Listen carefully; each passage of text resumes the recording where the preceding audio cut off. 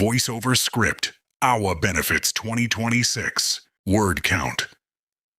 600 words. Tone. Malino. Friendly. Authoritative. Intro music fade in. Background sound. 00045. Kumusta mga kababayan nating OFW dyan sa iba't ibang panig ng mundo?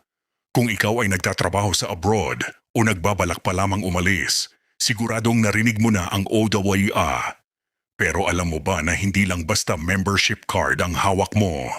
Ito ay iyong seguridad, proteksyon, at puhunan para sa mas magandang buhay at kinabukasan ng pamilya mo.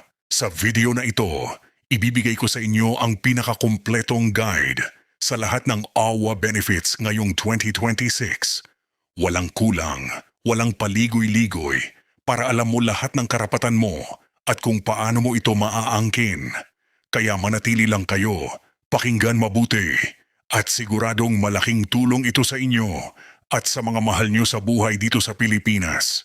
045-2. Una sa lahat, ano ba talaga ang OWA membership?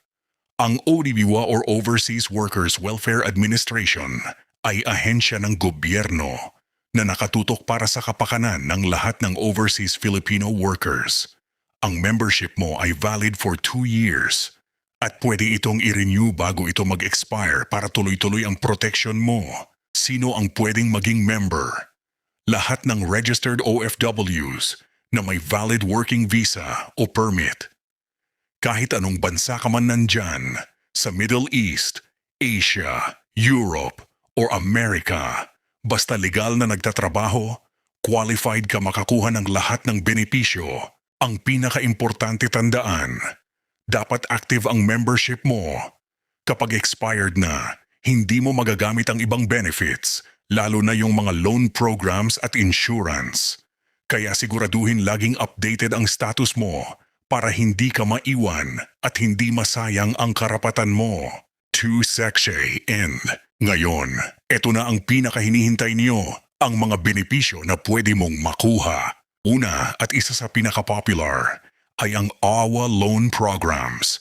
Mayroon tayong OFW Lending Program o yung Balik Manggagawa Loan kung saan pwede kang umutang hanggang $50,000 para sa iyong pagbiyahe, passport o pangangailangan bago umalis.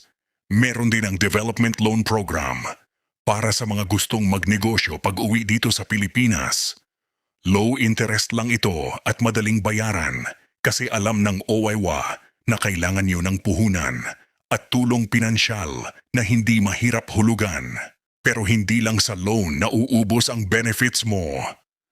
Meron ding education and training benefits. Pwede kang mag-aral o mag-training para dumiskarte palalo. At pwede ring makakuha ng scholarship ang mga anak o kapatid mo. Malaking tulong ito para sa edukasyon at magandang kinabukasan ng pamilya mo. Mayroon ding social benefits. Kung sakaling may mangyari na hindi maganda, may disability benefit, medical assistance, at higit sa lahat ay death and burial benefits para sa pamilya mo. Hindi ka nila iiwan sa ere. May karamay ka sa oras ng pangangailangan at problema. See print ads for more details and don't forget to subscribe for more and hit that notifications future updates. Thank you.